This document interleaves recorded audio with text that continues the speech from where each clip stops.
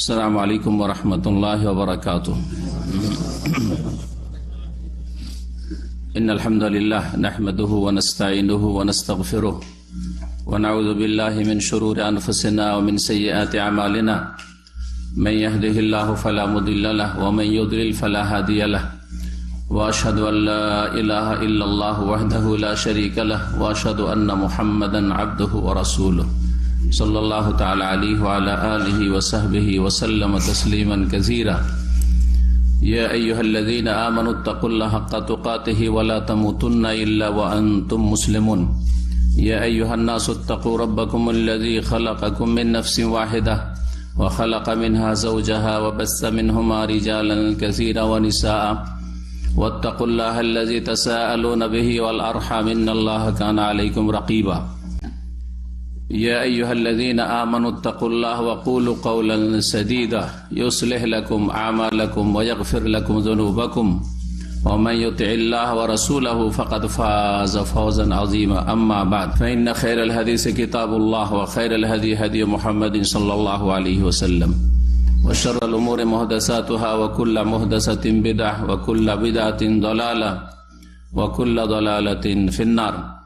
आऊज़ु बिल्लाहि मिनश शैतानिर वफ़अलुल खैरा लअल्लकुम तुफ़लिहून। श्रद्धेय उलामाए किराम, सम्मानित दीनी भातृमंडলী, আল্লাহ রাব্বুল আলামিনের অশেষ শুকরিয়া যে আল্লাহ রাব্বুল আলামিন এই রাকা ইসলামিক সেন্টারে আমাদেরকে আজকে এই মোবারক রাতে, বৃহস্পতিবার পার হয়ে শুক্রবারের রাত, এশার সালাতের পরে দীর্ঘ সময় ধরে আমাদেরকে এখানে বসার সুযোগ করে দিয়েছেন। রব্বুল আলামিনের কথা এবং তার প্রিয় রাসূল সাল্লাল্লাহু আলাইহি সাল্লামের কথা শোনার জন্য, শোনাবার জন্য, শিখার জন্য, শিখাবার জন্য। আল্লাহ যেন আমাদের এই নেক আমলকে কবুল করেন, আমিন। আল্লাহ রাব্বুল আলামিন আমাদেরকে প্রত্যেকটি আমলের ক্ষেত্রে যেন ইখলাস, নিষ্ঠা দান করেন।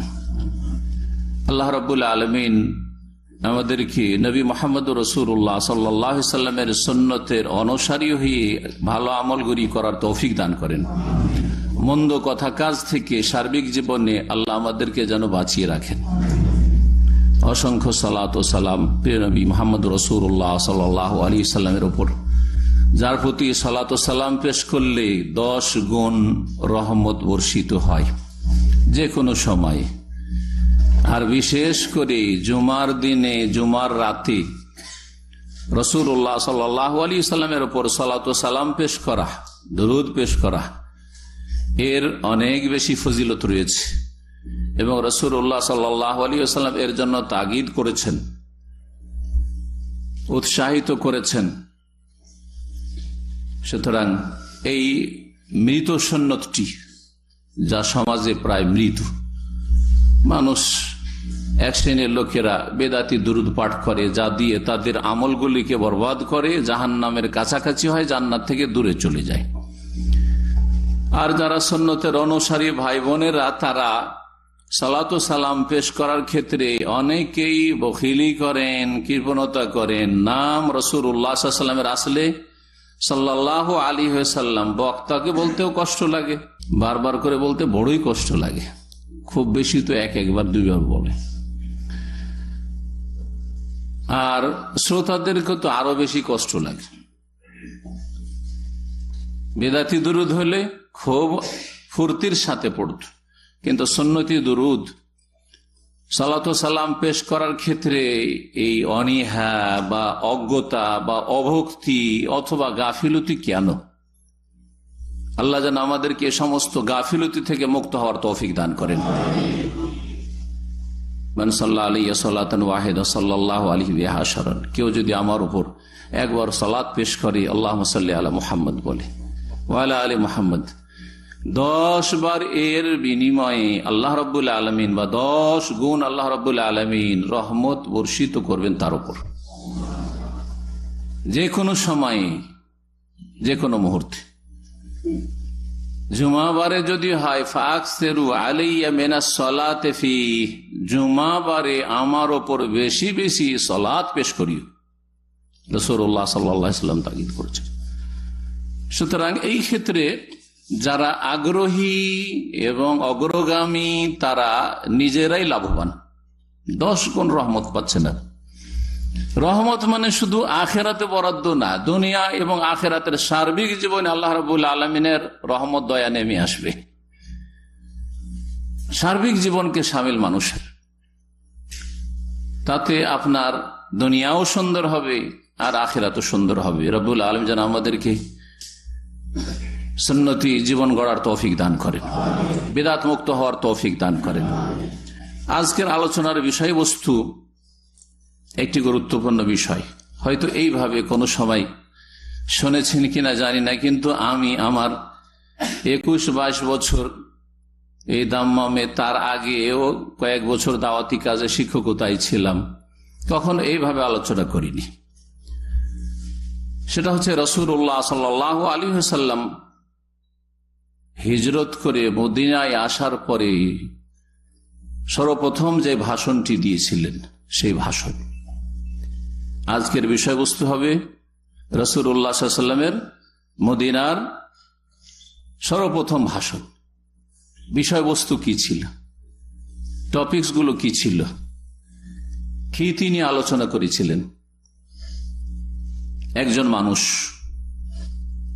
সবচাইতে শ্রেষ্ঠ এবং সবচাইতে সিনিয়র, সবচাইতে যোগ্য খলিফা আল্লাহ রাব্বুল আলামিনের, রাষ্ট্রনায়ক এবং সবচাইতে শ্রেষ্ঠ মানুষ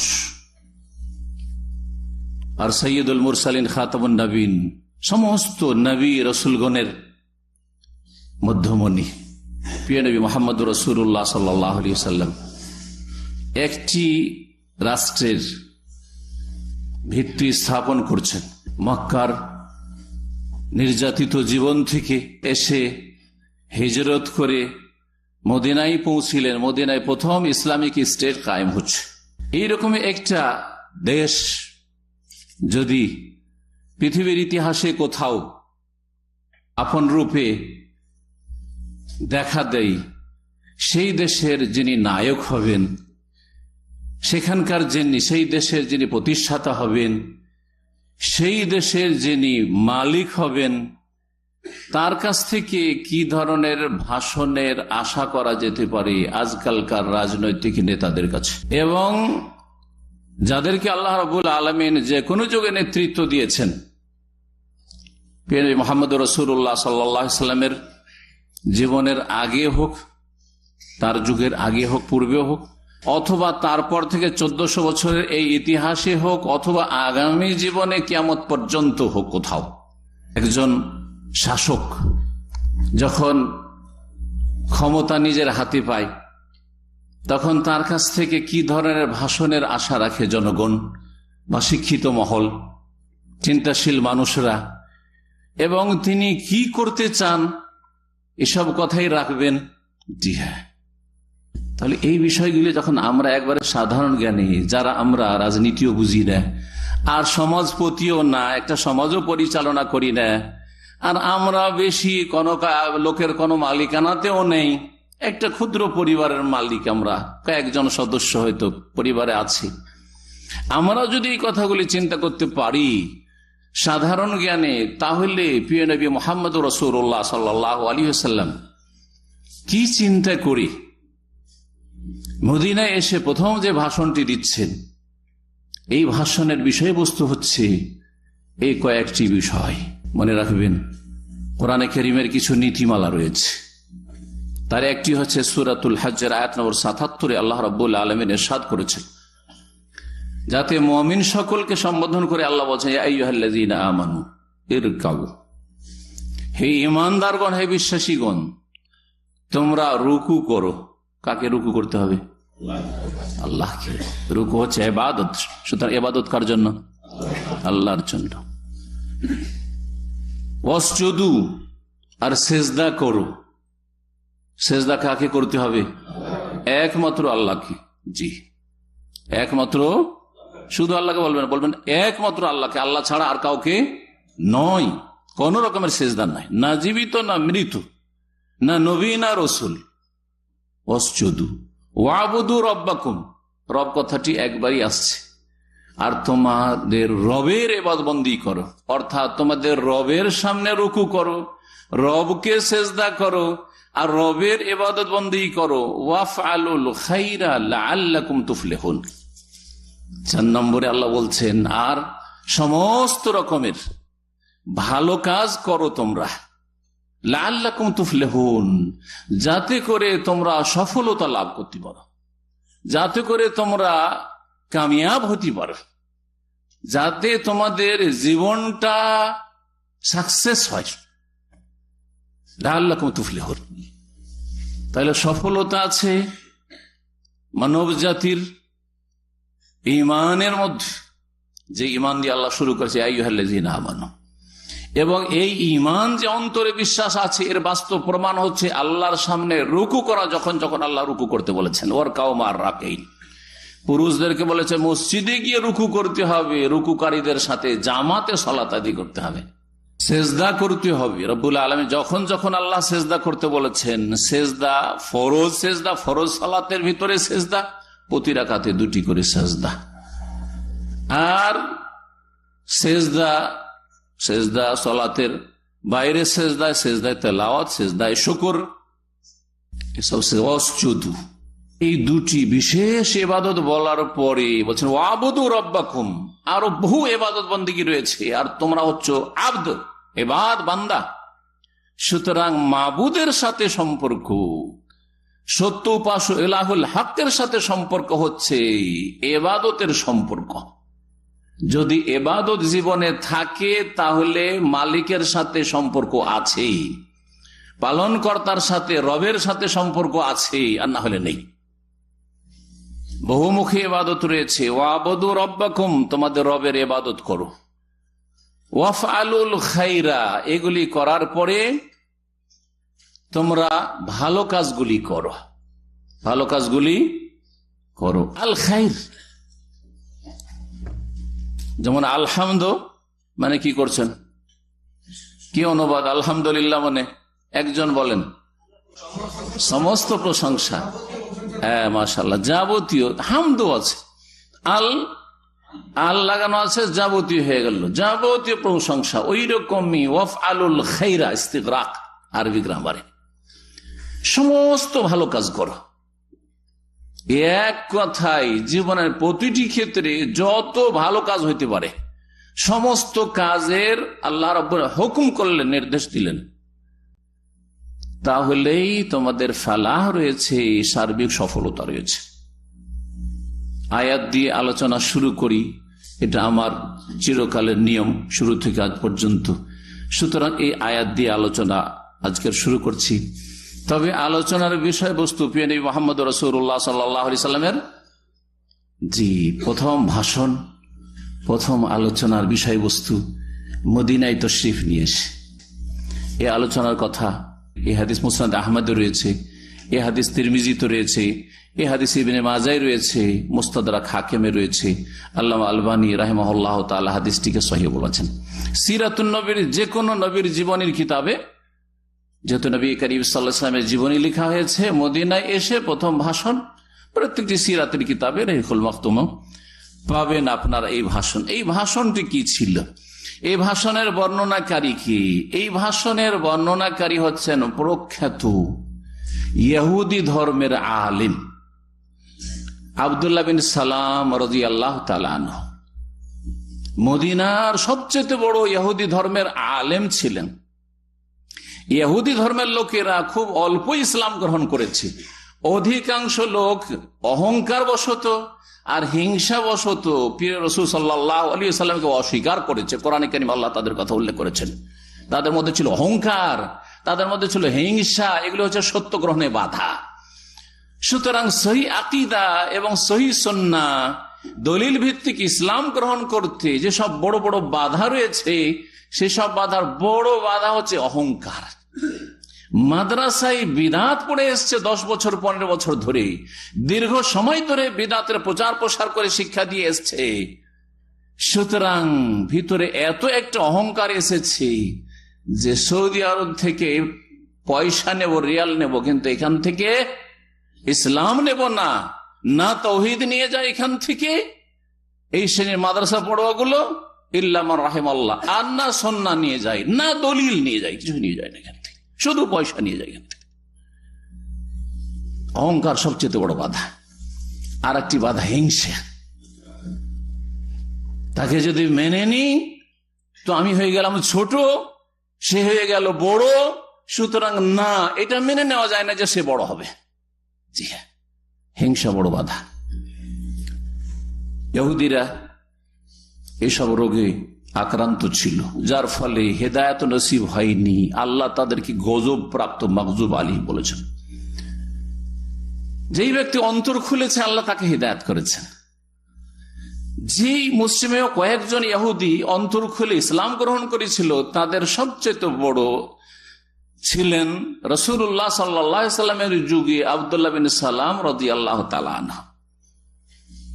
তার ইসলাম গ্রহণ করার আগে তাকে সবচেয়ে বড় আলেম বলে, জ্ঞানী বলে, পণ্ডিত বলে ইহুদিরা সমস্ত গোত্র মানত আরবের।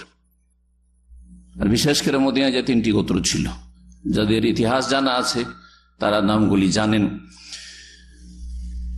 তিনি বলছেন যে লাম্মা কাদামান নবী সাল্লাল্লাহু আলাইহি ওয়াসাল্লাম আল মদিনাতা, যখন রাসূলুল্লাহ সাল্লাল্লাহু আলাইহি ওয়াসাল্লাম মদিনায় তাশরীফ নিয়ে আসলেন, ইনজাফালান নাসু আলাইহি, তখন মদিনার লোকেরা মুহাম্মদ রাসূলুল্লাহ সাল্লাল্লাহু আলাইহি ওয়াসাল্লামকে দেখার জন্য তিনি কি বলেন এবং তিনি কেমন, জীবনে দেখিনি, শুনেছি যে একজন মক্কাতে নাকি নবী রসুল হয়েছে। জি হ্যাঁ, যে ইসলাম গ্রহণ করেছে সেও, যে ইসলাম গ্রহণ করেনি সেও, সবাই ইনজাফালা, ঝাঁপিয়ে পড়েছিল। মদিনার লোকেরা, মুসলিম অমুসলিম, ইহুদি মুশরিক পৌত্তলিক আর মুসলিম, আওস খাজরাজ আনসারি, সকলে ইনজাফালান নাসু আলাইহি, সকলে ঝাঁপিয়ে পড়েছিল দেখার জন্য। ফকুন তুমি মানে ইনজাফাল, আমি একজন ছিলাম ওই লোকদের যারা দৌড় দিয়ে ছুটে গিয়েছিল দেখার জন্য, এক নজর দেখি মুহাম্মদ রাসূলুল্লাহ কেমন। আমি একজন গেলাম, গিয়ে দেখলাম যে তিনি বসে আছেন আর তার চারিদিকে সাথী সঙ্গীরা বসে আছে। রাসূলুল্লাহ সাল্লাল্লাহু আলাইহি ওয়াসাল্লামের প্রথম বাণী, যেই বাণীটা শুনলাম, বলছেন এখন শোনেন। এই বাণী শোনার আগে বলছেন যে তার আমি চেহারার দিকে গভীর ভাবে তাকিয়ে দেখলাম। ফালাম্মা তাবায়্যানতু ওয়াজহাহু, তার মুখমণ্ডলের দিকে, তার চেহারার দিকে আমি গভীর ভাবে ভালো করে দেখলাম, মনোযোগী হয়ে দেখতেই আমি ইয়াকিন করলাম এবং উপলব্ধি করলাম যে ইন্না হাযাল ওয়াজহু লাইসা ওয়াজহু কাযাব, এত সুন্দর চেহারা আর এমন চেহারার মানুষ, এমন রূপের মানুষ কখনো মিথ্যুক চেহারা তার হতে পারে না। এই চেহারা, এই মুখমণ্ডল মিথ্যাবাদীর নয়, নিশ্চয় তিনি সত্যবাদী। দেখেই সেই দিকে মনটা আগ্রহী হলো। যাকে দেখতে ভালো লাগে তার কথাও শুনতে ভালো লাগে, কথা ঠিক না? আর যদি আগে থেকে মগজে বসিয়ে রাখেন যে ওকে আমি দেখতেই পারি না, তো ওর কথা শোনার প্রশ্নে উঠে না। কি করে শুনবেন যাকে দেখতে পারেন না আপনি, তাই না? জি হ্যাঁ, এই জন্য আমাদের অনেক ভাইরা সারা পৃথিবীতে আলহামদুলিল্লাহ যেখানে বাংলাদেশিরা বা বাংলাভাষীরা আছে, দাওয়াতি কাজ করছে, আমাকে অনেক ভাই বোনেরা বলেন যে সাহেব প্রথম দাওয়াত দিতে গিয়ে আপনার ভিডিও অনেক জায়গায় দিই না আমরা নতুন নতুন লোকদেরকে।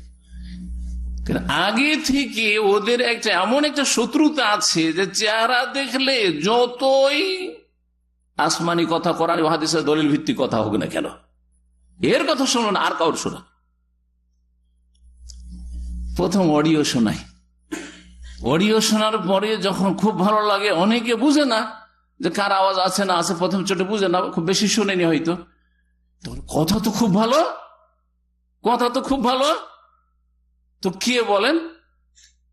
অনেক ভাই বোনেরা বলেন যে ওই যে যাকে গাল দিচ্ছিলে, কার দালাল, আর কত কি, আর কত যা ইচ্ছা তাদের মুখে আসে, সে ভাষাগুলি বলার দরকার নেই, আপনাদের জানাই আছে। জি হ্যাঁ, আজকে সোশ্যাল মিডিয়ার যুগে যাকে আপনি গাল দিচ্ছিলেন তিনি, তাই নাকি?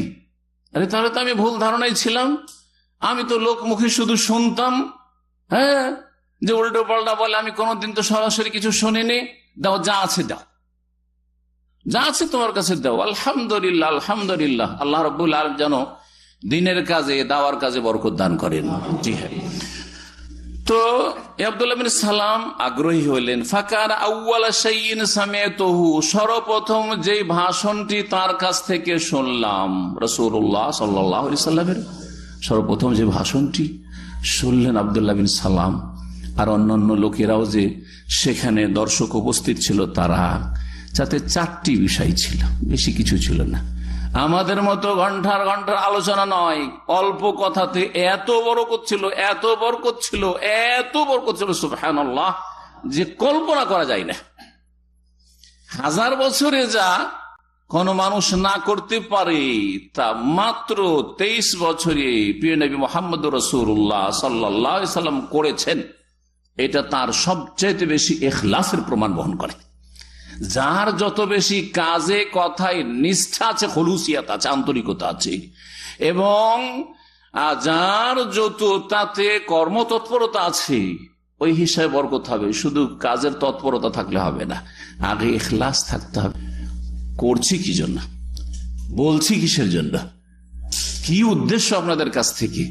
আপনাদের পকেট ঝেড়ে কিছু পয়সা নিতে চাই পেশাদার বক্তাদের মতো, না পীরদের মতো নজরানা নিয়ে বাঁচতে চাই, না ধর্ম ব্যবসা করতে চাই, নাকি আমরা যারা সৌদি আরবের দায়ী, শুধু আমার কথা বলছেন, প্রত্যেকটি দায়ের কথা বলছি, কমপক্ষে 8 ঘন্টা ডিউটি করে রুজি রোজগার করে, প্রত্যেকে শোনেন এদের। এতেই বুঝতে পারবেন যে কারা ধর্ম ব্যবসায়ী আর কারা আপনার হিতাকাঙ্ক্ষী, কারা আপনার হেদায়েত চান, কারা আপনাকে জাহান্নামের রাস্তা থেকে ফিরাতে চান, আর কারা জাহান্নামের রাস্তায় ঠেলে দিতে চান। ওদের স্বার্থ হাসিল হইলি হল। সম্মানিত মাতৃমণ্ডলী, শোনেন এই বিষয়গুলি। ইয়াকুল, নবী মুহাম্মদ রাসূলুল্লাহ সাল্লাল্লাহু আলাইহি ওয়াসাল্লাম বলছেন, ইয়া আইয়ুহান নাস, হে মানব সকল, সকলকে সম্বোধন করছেন। কারণ দেখছেন রাসূলুল্লাহ সাল্লাল্লাহু আলাইহি ওয়াসাল্লাম, আমি প্রথম দিন এসেছি, এখানে সবাই মুসলিম না যে ইয়া আইয়ুহাল্লাযীনা আমানু বলবো, হ্যাঁ, আইয়ুহাল মুসলিমুন বলবো না, না, না, ইয়া আইয়ুহান নাস, হে মানব সকল। এখানে মুসলিমরাও আছে, আনসারীরা, আওস আর খাজরাজের, আর এখানে ইহুদিরাও আছে, আর আওস খাজরাজ বংশের যারা এখনো ইসলাম গ্রহণ করেনি কাফের মুশরিকরাও আছে।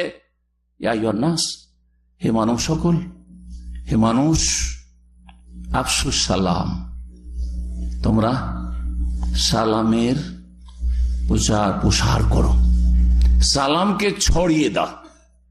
সালামকে কি করো? ছড়িয়ে দাও। একজনকে সালাম দিলে সালামকে ছড়ানো হবে, পরিচিতদের সালাম দিলে কি সালামকে ছড়ানো হবে, সালামের প্রচার প্রসার হবে। আজকাল আমাদের অনেক লোক নামাজি, অনেক ক্ষেত্রেই ধার্মিক, কিন্তু এই সুন্নতের ক্ষেত্রে অবহেলা অথবা অজ্ঞতা রয়েছে।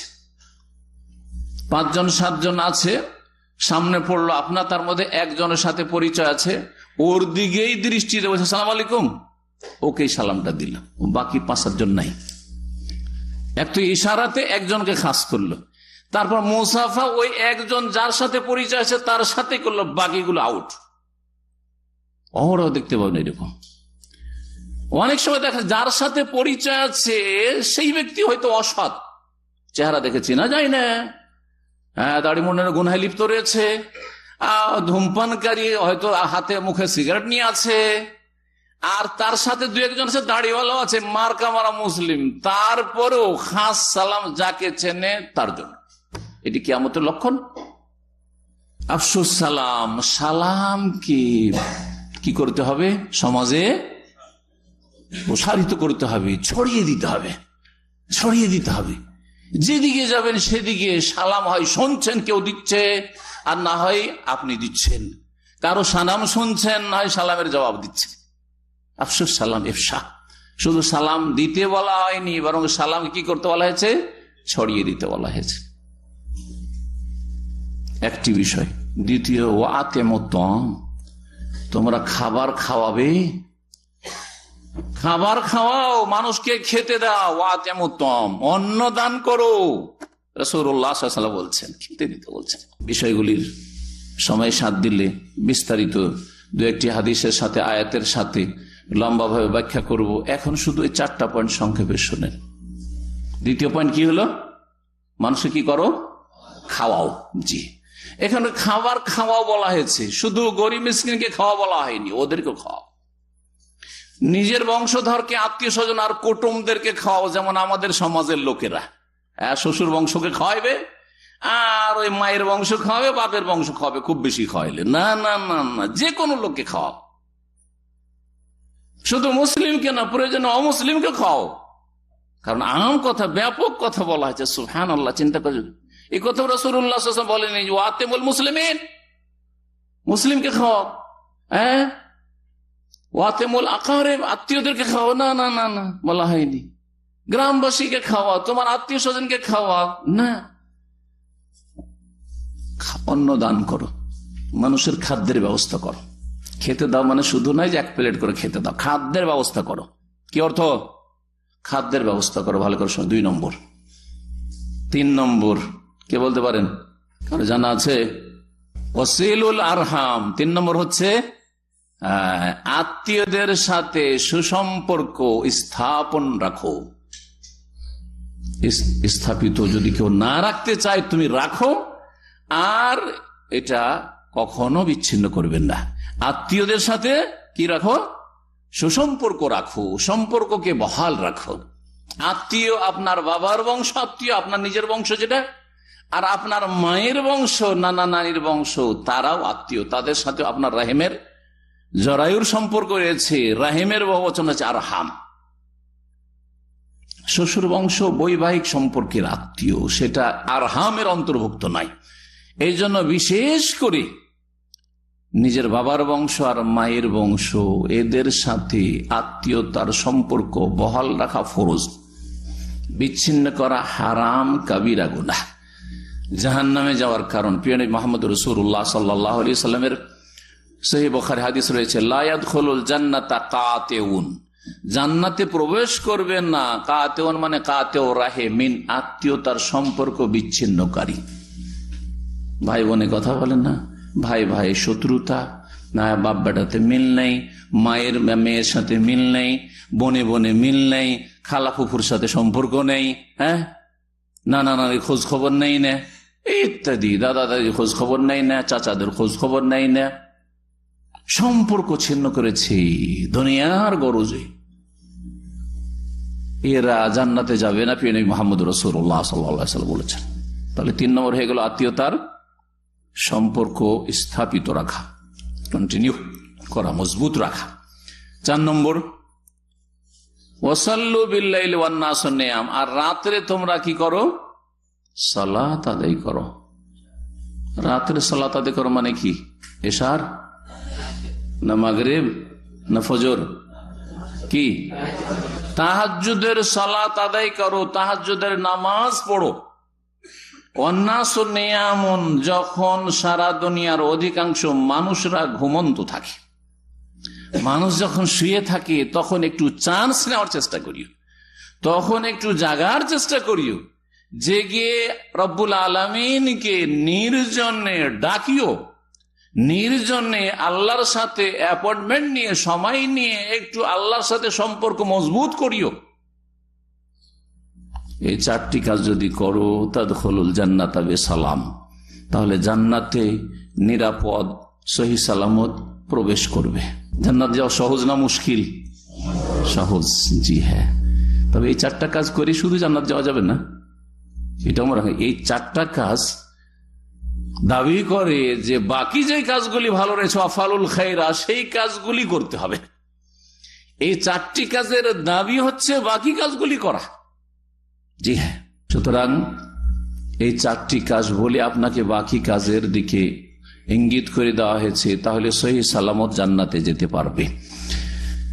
এতে জান্নাতে যাওয়াটাকে মুখ্য টার্গেট বলা হয়েছে, এটা একটা পয়েন্ট বুঝেন। নবী করিম সাল্লাল্লাহু আলাইহি সাল্লাম মদিনে আসলেন প্রথম, ঠিক না? মদিনে এসে বলবে যে এখানে একটা রাষ্ট্র গঠন হবে, সুতরাং এখানে আমার সংসদ সদস্য লাগবে বা মজলিসের শুরার মেম্বার লাগবে, ইসলামের ভাষায় যদি বলা হয়, আজকাল জাহিলিয়াতের ভাষায় না বলে, আর আপনার ওই ডেমোক্রেসি গণতন্ত্রের ভাষায়, এসব অন ইসলামিক ভাষায় না বলে বলি শুরার মেম্বারের দরকার হবে, আমার সহযোগী দরকার রয়েছে, আমার হাতকে মজবুত করতে হবে। জি হ্যাঁ, এইসব কথা কিছুই নেই, এসব কথা কিছুই নেই। আছে কি মুখ্য উদ্দেশ্য? কি মুখ্য উদ্দেশ্য? আজকাল এক শ্রেণীর বড় একটা দল ইসলামপন্থী, তাদেরকে ইসলামপন্থী বলা হয়, মানে ইসলামকে ভালোবাসে কিন্তু ইসলাম বুঝে না, অজ্ঞতার কারণে ভুল ইসলামের ওপর, ইসলামের টার্গেটকে ভুল দিকে নিয়ে চলে গেছে, ইসলামের লক্ষ্য উদ্দেশ্যকে অন্যদিকে নিয়ে চলে গেছে। এই হাদিসে ইসলামের টার্গেট বোঝানো হয়েছে, তাদখুলুল জান্নাতা বেসালাম। আমাদের টার্গেট কি? জান্নাত পাওয়া, প্রত্যেকের টার্গেট। যদি জান্নাত যেতে পারেন তো তারপরে আবার কিছু আশা আকাঙ্ক্ষা বাকি থাকছে নাকি? হ্যাঁ না, ওটাই লাস্ট টার্গেট, সবচেয়ে বড় টার্গেট আর সর্বশেষ টার্গেট, আর এইটাই হচ্ছে আসল লক্ষ্য উদ্দেশ্য। কারণ টার্গেট একটাই হয়, 14টা হয় না, বড় টার্গেট একটাই হয়, ঠিক কিনা? সবচেয়ে বড় যে টার্গেট আর সর্বশেষ যেটা একবারে সেখানে পৌঁছে গেলে আর ফালা খাউফুন আলাইহিম ওয়া লা হুম ইয়াহজানুন, সেটা হচ্ছে আল জান্নাহ, তাদখুলুল জান্নাতা বিসালাম। তাহলে জান্নাত যাওয়া একজন মুসলিমের লক্ষ্য উদ্দেশ্য, তার লাইফের, জিন্দেগির। ভালো করে শুনে রাখেন, মুসলিম জীবনের লক্ষ্য উদ্দেশ্য একামতে দিন। আর একামতে দিন মানে ক্ষমতা অর্জন করা, ক্ষমতা দখল করা। অসৎ লোকেরা ক্ষমতায় রয়েছে, তাদেরকে তাড়িয়ে দিয়ে আমরা নিজেরা সৎ, এই নিজেকে সার্টিফাই করা আমরা ভালো, ওরা খারাপ। সুতরাং আমাদেরকে ওই ক্ষমতায় যেতে হবে, এটা ইসলামের টার্গেট নয়। যদি তাই থাকতো তো প্রিয় মুহাম্মদ রাসূলুল্লাহ সাল্লাল্লাহু আলাইহি সাল্লাম প্রথম ভাষণে বলতেন, দেখো আমরা এখন মদিনায় নতুন একটা দেশ গড়তে যাচ্ছি, একটা স্বাধীন দেশ পাচ্ছি, যেমন স্বাধীন দেশ আজকাল বলা হচ্ছে, ঠিক না? সত্যি স্বাধীন দেশ, প্রথম দেশ, একটা আরব জগতে প্রথম একটা ইসলামিক স্টেট তৈরি হচ্ছে, ইসলামের রাজধানী মদিনা মুনাওয়ারা। তাহলে যদি এইটাই যদি লক্ষ্য উদ্দেশ্য হইতো যে সৎ লোকদের হাতে নেতৃত্ব আসা এবং এই নেতৃত্বকে, এই ক্ষমতাকে শক্তিশালী করা, এটা হচ্ছে লক্ষ্য উদ্দেশ্য জীবনে, তাহলে রাসূলুল্লাহ সাল্লাল্লাহু আলাইহি ওয়াসাল্লাম সেই শিক্ষাই দিতেন। কোন শিক্ষা দেননি। তাদখুলুল জান্নাতা বিসালাম, জান্নাতে যাওয়া। তাহলে জান্নাতে কি কি করলে যেতে পারবেন, আর জাহান্নাম থেকে কি কি অন্যায় কথা কাজ থেকে বেঁচে থাকলে বাঁচতে পারবেন, এই দুটো বিষয় জানতে হবে এবং সেই জন্য আপনাকে মেহনতি হইতে হবে, পরিশ্রমী হইতে হবে। এটা হচ্ছে আমার আপনার কাজ দুনিয়াতে। আমি কিন্তু আসল বিষয়ে আসিনি, বেশ 4টা জিনিস শুনলেন, কিন্তু আমি মনে করি যে এইখান থেকে আমরা এই সময় আমি এই আলোচনা কেন চয়ন করলাম, আর এই আলোচনার বর্তমান পরিস্থিতির সাথে বড় একটা সম্পর্ক আছে, এটা এখনো কেউ বুঝতে পারেননি, আর কেউ অত দূর পর্যন্ত পৌঁছেননি। আমরা হাদিস প্রথম দীর্ঘ সময় ধরে পড়েছি, প্রথম তর্জমা করতে পারলে অনেক বড় কাজ হয়ে গেছে, হাদিসে তর্জমা করতে পারছি বাংলাতে। তারপর হাদিসে যদি একটু ব্যাখ্যা করতে পেরেছি, তাহলে বাপরে বাপ, তো হাদিসের ব্যাখ্যাটাও করতে পারছি। কিন্তু এই হাদিস মুহাম্মদ রাসূলুল্লাহ সাল্লাল্লাহু আলাইহি ওয়াসাল্লামের এই যে প্রথম ভাষণ মদিনা মুনাওয়ারার উদ্দেশ্য কি? এত বড় একজন রাষ্ট্রনায়ক আর এত বড় একজন রাসূল, আর আল্লাহর পক্ষ থেকে সকাল বিকাল সবসময় ওহী হচ্ছে, জিবরিল আলাইহিস সালাম আসছেন, আর এই 4টি কথা বলছেন প্রথম ভাষণে। এমনি বলছেন না, কোনো রহস্য আছে, হেকমত আছে, যে রহস্য হেকমত আমরা হয়তো উপলব্ধি করতে পারছি না, এখনো বুঝতে পারিনি। যে এটা হচ্ছে আজকের আলোচনা। এই আলোচনা সম্পর্ক বর্তমান পরিস্থিতির সাথে এই জন্য বলছি যে এই সময় বাংলাদেশে ইলেকশনের সময়, আর 2-3 দিন পরেই ইলেকশন রয়েছে, আপনাদের জানা আছে। জি হ্যাঁ, যাতে বুঝতে পারেন ভালো করে।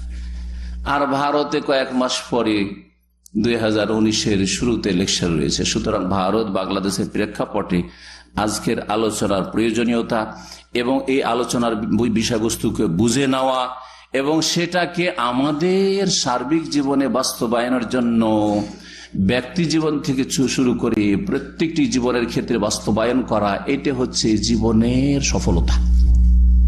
তাদখুলুল জান্নাতা বিসালাম, সহিহ সালাম ও জান্নাতে যেতে পারবেন, জান্নাতে যেতে বাধা সৃষ্টি হবে না।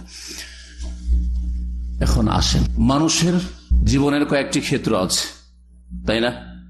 তার একটি ক্ষেত্র হচ্ছে ব্যক্তি জীবন। আমার ব্যক্তি হিসাবে আমাকে একজন ভালো মানুষ হইতে হবে, আদম সন্তান, একজন মুসলিম, আমাকে একজন ভালো কি হইতে হবে? ভালো মানুষ, যাতে করে ভালো আদম সন্তান হইতে পারি, আর ভালো মুসলিম যাতে করে রাসূলুল্লাহ সাল্লাল্লাহু আলাইহি সাল্লামের খাঁটি উম্মত হওয়ার চেষ্টা করি। এটা প্রত্যেক মুসলিমকে চেষ্টা করতে হবে, ব্যক্তি জীবনটা আগে ভালো করতে হবে, এটা একটা দিক। আর একটা দিক হচ্ছে পারিবারিক জীবন, পরিবার, নিজের পরিবার, তারপরে নিজের আত্মীয় স্বজন, ওরাও পরিবারের কাছাকাছি। একসময় পরিবারের ছিল, আপনার পরিবারের না হলে আপনার বাপের পরিবারের ছিল, আপনার বাপের পরিবার না হলে আপনার দাদার পরিবারের ছিল, দাদার বাপের পরিবারের ছিল, তারপরে শাখা প্রশাখা হয়ে এখন আলাদা আলাদা বাড়ি ঘর হয়ে গোটা গ্রাম হয়ে গেছে, তাই না? কিন্তু এরা এক সময় আপনার পরিবারের সদস্য ছিল, যারা আত্মীয় স্বজন বংশধর। পারিবারিক জীবন। তৃতীয় আর একটা জীবন হচ্ছে সামাজিক জীবন। কোন জীবন? সামাজিক জীবন। গোটা একটা সমাজ নিয়ে আমাদের চলতে হবে, আর একা একা চলা যাবে না, দু চারটা ঘর নিয়েও চলা যাবে না। গোটা একটা সমাজ নিয়ে, গোটা একটা এলাকা নিয়ে, গোটা একটা দেশ নিয়ে মানুষের সাথে আদান প্রদান করতে হবে। কিছু আমি অন্যের কাছ থেকে নেব, আমার কাছ থেকে ওরা নেবে, তাদের সাথে আমাদের সম্পর্ক ভালো হইতে হবে, ওদের সম্পর্ক আমাদের সাথে ভালো হইতে হবে, তাহলে তাদের উপকার করব, তারা আমার উপকার করবে। জি হ্যাঁ, কারণ আমরা স্বয়ং সম্পূর্ণ কেউ না। জি হ্যাঁ, যদি আমার কাছ থেকে কাউকে এলেম নিতে হয়, তো কৃষকের কাছ থেকে আমাকে চাল নিতে হবে। জি হ্যাঁ, দোকানপাট থেকে আমাকে আমার প্রয়োজন মিটাইতে হবে, দোকানদারেরও প্রয়োজন হবে। এক কথাই সামাজিক সম্পর্ক বা সামাজিক জীবন। আর একটা জীবন হচ্ছে অর্থনৈতিক জীবন। কি? পয়সা ছাড়া চলা যাবে না, তাই না? অর্থনৈতিক অবস্থা যদি ভালো হয় তাহলে দারিদ্র মোচন হয়ে যাবে। আর দারিদ্র মোচনের জন্য মানুষ সারা দুনিয়া যে কিভাবে ছুটছে তা বুঝতেই পারছেন আপনারা, যেহেতু আপনারা প্রবাসে বড় কষ্টের জীবন কাটাচ্ছেন, ঠিক কিনা? যারা বিশেষ করে বিবাহিত, কত কষ্টে একটা স্ত্রী ছেড়ে থাকতে হয়, কত কষ্টে ছেলে মেয়েদেরকে ছেড়ে থাকতে হয়, বাপ মাকে ছেড়ে, ভাই বোনকে ছেড়ে, অবিবাহিত, কত কষ্টের জীবন প্রথমখানে ছিল, হয়তো অভ্যাস হয়ে গেছে, তারপরও যে কত কষ্ট লাগে।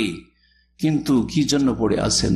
আপনারা তো আলহামদুলিল্লাহ সুখে একটা মুসলিম দেশে ইসলামিক পরিবেশে আছেন, আর হালাল রুজির রাস্তা এখানে প্রশস্ত, মাশাআল্লাহ। সৌদি আরবে হারামের রাস্তা সংকুচিত, কিন্তু যেই দেশে হারামের রাস্তা হচ্ছে প্রশস্ত, হালালের রাস্তা একেবারে সংকুচিত, সংকীর্ণ, সেই দেশে যাওয়ার জন্য যে 60 লক্ষ, 70 লক্ষ, 80 লক্ষ খরচ করে দিচ্ছ, আর এমন ঝুঁকি নিচ্ছে পাহাড়ে আর বন জঙ্গলে, সপ্তাহকে সপ্তাহ, মাসকে মাস, রাত আর দিন, সাপ বিচ্ছুর ভয় নেই। হ্যাঁ, হেঁটে হেঁটে হেঁটে কোন রকম করে আমাকে নিয়ে গিয়ে অমুক দেশে ফেলে দাও, করছে না? করছে না? আর কত লোক যে মারা যাচ্ছে, কি জন্য? অর্থনৈতিক সমস্যার সমাধানের জন্য, দারিদ্র মোচনের জন্য। ভালো করে শুনে রাখেন, এই যে 4টি কথা বললাম, পারিবারিক জীবন, সামাজিক জীবন, আর কি বললাম? ব্যক্তি জীবন আর অর্থনৈতিক জীবন। এই 4টি কথা, এই 4টি প্রিয় নবী মুহাম্মদ রাসূলুল্লাহ সাল্লাল্লাহু আলাইহি ওয়াসাল্লামের ঐতিহাসিক মদিনার প্রথম ভাষণে লুকায়িত আছে। আশা করি এখন দিমাগ খুলেছে, এখন বুঝতে পারবেন আমার বিষয়টি। এই 4টি বিষয় বলে, আর একটা হচ্ছে রাষ্ট্রীয় বিষয়, রাষ্ট্রীয় সমস্যা, আর একটা হচ্ছে আন্তর্জাতিক সমস্যা। নবী মুহাম্মদ রাসূলুল্লাহ আন্তর্জাতিক সমস্যার কথা উল্লেখ করলেন না, নবী মুহাম্মদ রাসূলুল্লাহ সাল্লাল্লাহু আলাইহি ওয়াসাল্লাম রাষ্ট্রীয় সমস্যার সমাধানের কথা উল্লেখ করলেন না। এই দুটো ক্ষেত্র উল্লেখ করলেন না। তাহলে বোঝা যাচ্ছে যে এই দুটোর তুলনায়, রাষ্ট্রীয় সমস্যা আর আন্তর্জাতিক সমস্যা, এই দুটোর তুলনায় এই 4টি যে উল্লেখ করলাম, এই 4টি সমস্যা সবচেয়ে বড় সমস্যা। আর 4টি সমস্যার সমাধান যদি কেউ হাসিল করে নিতে পারে, কোন ব্যক্তি, কোন পরিবার, কোন সমাজ, কোন দেশ, কোন এলাকা, কোন অঞ্চল, তাহলে জানতে হবে যে সেটা হচ্ছে উন্নত দেশ, সেই পরিবার হচ্ছে উন্নত পরিবার, সেই সমাজ হচ্ছে উন্নত সমাজ, সেই ব্যক্তি হচ্ছে উন্নত মানুষ। জি হ্যাঁ, আশা করি বুঝতে পারছেন আমার কথা। নবী মুহাম্মদ রাসূলুল্লাহ সাল্লাল্লাহু আলাইহি ওয়াসাল্লাম প্রথম শুরু করলেন কি দিয়ে? প্রথম বিষয় কি ছিল? সালামের মাধ্যমে কি হয়, আর সালাম না দিলেই বা কি হয়। এটাই বুঝলেন, তাহলে বুঝতে পারবেন যে কোন সমস্যার সমাধান এই একটি কথায় দেওয়া হয়েছে, একটা সেন্টেন্স, আফসুস সালাম। সালামকে ছড়িয়ে দেওয়া করে।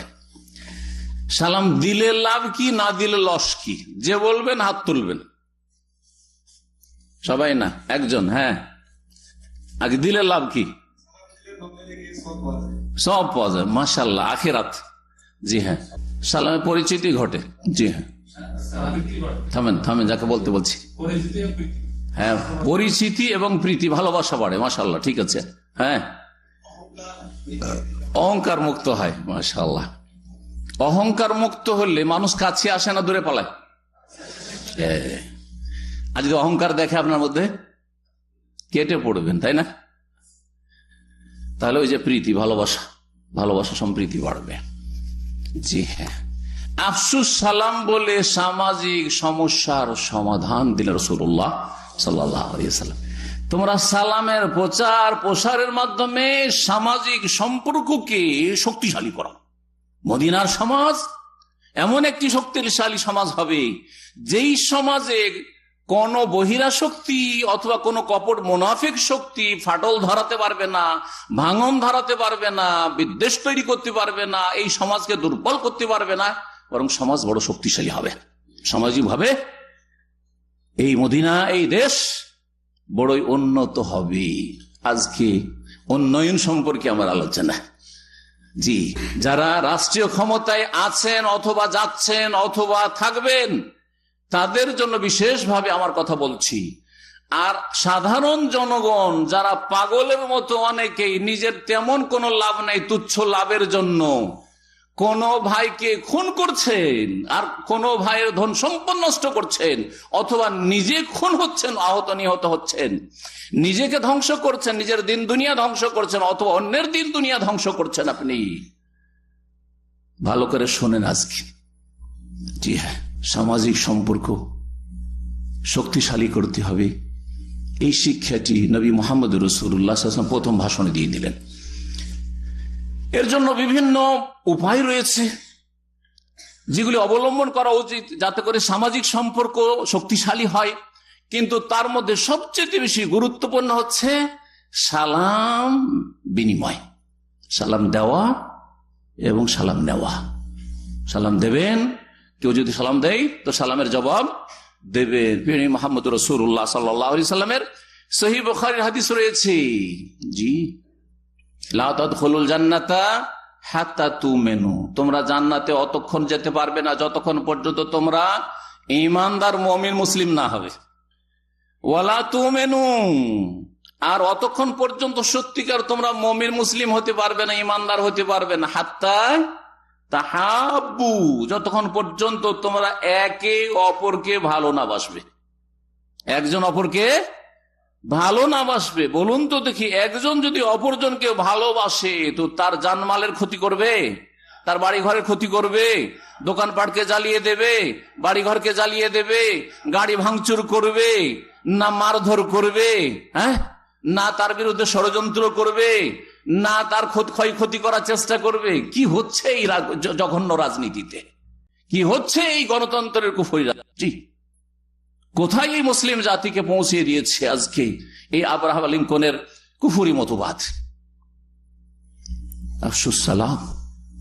নবী করিম সাল্লাল্লাহু আলাইহি ওয়াসাল্লাম বলছেন সহিহ বুখারী হাদিসে, যে এমন একটা কিছু বলে দেব, আলা আদুল্লুকুম আলা শাইইন ইযা ফাআলতুমুহু তাহাবাবতুম, এমন একটা বিষয়বস্তু তোমাদেরকে বলে দেব, কি যদি সেই কাজটি তোমরা করো তাহলে আপোষে ভালোবাসা, সম্প্রীতি, মহব্বত পয়দা হয়ে যাবে। একজন অপরজনকে ভালোবাসবে এবং ভালোবাসা মজবুত হবে, অটুট হবে, ভালোবাসায় ভাঙন ধরবে না, ভালোবাসাতে কোনো ভেজাল থাকবে না। তাহা ভাবতুম, একজন অপরজনকে ভালোবাসবে, তুমি একজনকে ভালো, তোমাকেও সে ভালোবাসবে। তাহা ভাবতুম, সেটা কি? আফসুস সালামা বাইনাকুম, ওই কথাই বলছেন। আপোষে তোমরা সালামকে কি করো? ছড়িয়ে দাও, সালামের প্রচার প্রসার করো, খুব বেশি বেশি সালাম দাও, বেশি বেশি সালাম নাও, সালামের জবাব দাও, আর সালাম দাও। জি, আফসুস সালাম বাইনাকুম। সম্মানিত ভাতৃমণ্ডলী, এই একটি কথা দিয়ে রাসূলুল্লাহ মদিনার সমাজকে শক্তিশালী করে উন্নত মদিনা গড়ার প্ল্যান পেশ করলেন। ভালো করে শোনেন। 2 নম্বর, ওয়াতিমুত তাআম, অন্ন দান করিও, খেতে দিও, খাদ্যের ব্যবস্থা করিও। এই দিয়ে কোন সমস্যার সমাধান দিয়েছেন এখন বলেন? হ্যাঁ, অর্থনৈতিক যে সমস্যা হয়, দারিদ্র মোচন, দরিদ্র মানুষ, গরিব, জি হ্যাঁ, গরিবই ঘুচাইতে হবে, দারিদ্র মোচন করতে হবে, অভাব মুক্ত করতে হবে, পেটে 2টো দানা দিয়ে মানুষ যেন ঘুমাইতে পায়, শান্তিতে যেন 2টো বাড়িতে বসে খেতে পায়, তার ব্যবস্থা দিতে হবে। এগুলি হচ্ছে আসলে উন্নয়ন, এগুলি দেশের শাসকদেরকে করতে হবে, এগুলি দেশের যারা নেতা মাথা তাদেরকে করতে হবে, এগুলি নিয়ে দেশের যারা শিক্ষিত সমাজ তাদেরকে চিন্তা করতে হবে, এগুলি নিয়ে আমাদেরকে মাথার ব্যথা করতে হবে যে আমি আমার দারিদ্র মোচন করতে পারলাম কিনা, হালাল রুজি খেয়ে, হালাল রুজি উপার্জন করে আমার পরিবারকে দারিদ্র মুক্ত করতে পারলাম কিনা, আমার আত্মীয় স্বজনদেরকে দারিদ্র মুক্ত করতে পারলাম কিনা, আমার দেশকে আমি উন্নত করতে পারলাম কিনা, আমার জাতিকে আমি আর্থিক দিক থেকে শক্তিশালী করতে পারলাম কিনা, না কাফেররা অনেক এগিয়ে চলে গেছে আর আমরা শুধু তাদের দান অনুদান আর ভিক্ষা খেয়ে বাঁচবো সারা জীবন। জি, ওয়াতিমুত তাআম, খাবার দেবে। মদিনায় নতুন রাষ্ট্র কায়েম হচ্ছে, সুতরাং তোমরা এখানে যারা অভাবী তাদেরকে খেতে দিবি, যারা দুর্গত তাদের সাথ দিবি, যারা ঋণী তাদেরকে ঋণ মুক্ত করবে। জি হ্যাঁ, এইভাবে আর্থিক সমস্যার সমাধানের দিকে ইঙ্গিত করে দিলেন প্রিয় রাসূল সাল্লাল্লাহু আলাইহি ওয়াসাল্লাম প্রথম এই ঐতিহাসিক ভাষণে। আর্থিক সমস্যার সমাধান হয়ে গেল। 3 নম্বর, ওয়াসিলুল আরহাম, আত্মীয়দের সাথে সুসম্পর্ক বজায় রাখো, আত্মীয়দের সাথে সুসম্পর্ক বজায় রাখো। এই কথা বললে কোন সমস্যার সমাধান দিয়েছে রাসূলুল্লাহ সাল্লাল্লাহু আলাইহি সাল্লাম? কে বলতে পারেন? পারিবারিক জীবন, পারিবারিক জীবন। পারিবারিক জীবনে সমস্যা আছে না নেই? অনেকের সমস্যা আছে। কারো স্বামী স্ত্রীতে সমস্যা, কারো বাপ আর ছেলে মেয়েদের সাথে সমস্যা, কারো মায়ের সাথে সমস্যা, ঠিক না? কারো ভাই ভাই সমস্যা, ভাই বোনের সমস্যা, কারো চাচাদের সাথে সমস্যা, হ্যাঁ, কারো মামার সাথে সমস্যা, ঠিক না? কারো খালা ফুফুর সাথে সমস্যা আছে না নেই? এগুলো হচ্ছে পারিবারিক বিষয়। এগুলো হচ্ছে কি আমাদের পারিবারিক দ্বন্দ্ব চলছে চাচার সাথে, বলছেন না? জি হ্যাঁ, পারিবারিক সম্পর্ক মজবুত হইতে হবে। এই শিক্ষাই দিলেন প্রিয় নবী মুহাম্মদ রাসূলুল্লাহ সাল্লাল্লাহু আলাইহি ওয়াসাল্লাম। কিসের মাধ্যমে? জি, ওয়াসিলুল আরহাম, আত্মীয়দের সাথে সুসম্পর্ক মজবুত করা। আত্মীয়দের সাথে সুসম্পর্ক মজবুত করার অনেক ফজিলত রয়েছে, যে সম্পর্কে কোরআনে কারীমে পর্যন্ত একাধিক আয়াতে এই বিষয়টি উল্লেখ করা হয়েছে। আর রাসূলুল্লাহ সাল্লাল্লাহু আলাইহি ওয়াসাল্লামের হাদিস তো রয়েছে, অনেকগুলি হাদিস রয়েছে।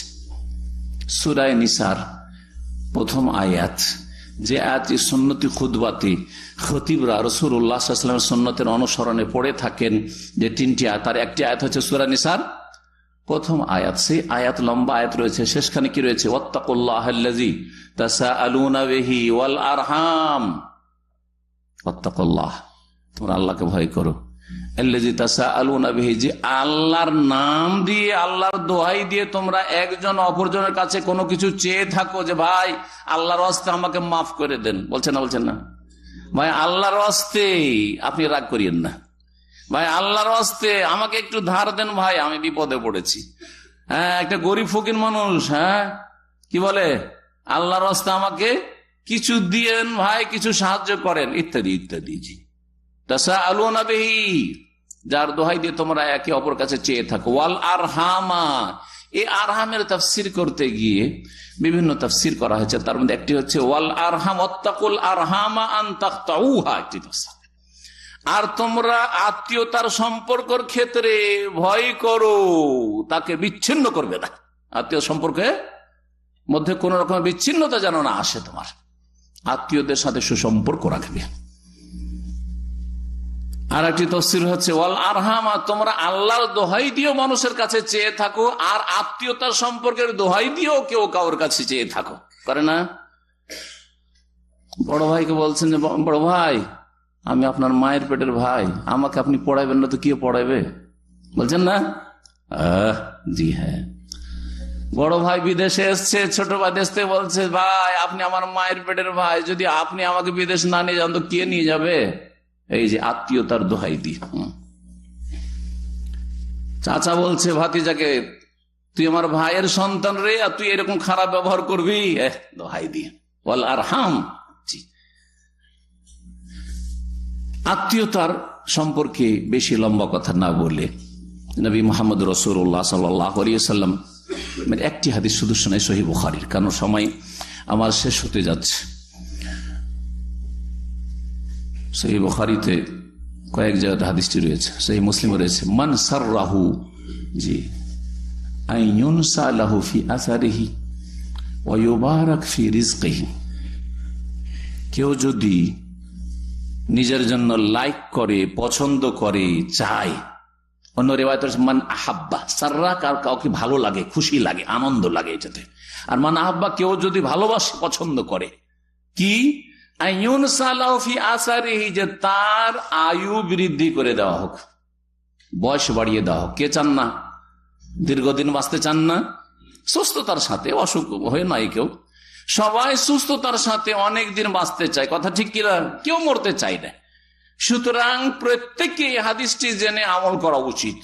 যেই ব্যক্তি দীর্ঘায়ু হতে চায় বা দীর্ঘদিন দুনিয়াতে বাঁচতে চায় সুস্থতার সাথে, আইয়ুন সারফি আসারি ওয়া ইউবারাক লাহু ফি রিজকিহি বা ওয়া ইউযাদু লাহু ফি রিজকিহি, আর তার রিজিককে বৃদ্ধি করা হোক, এটা চাই।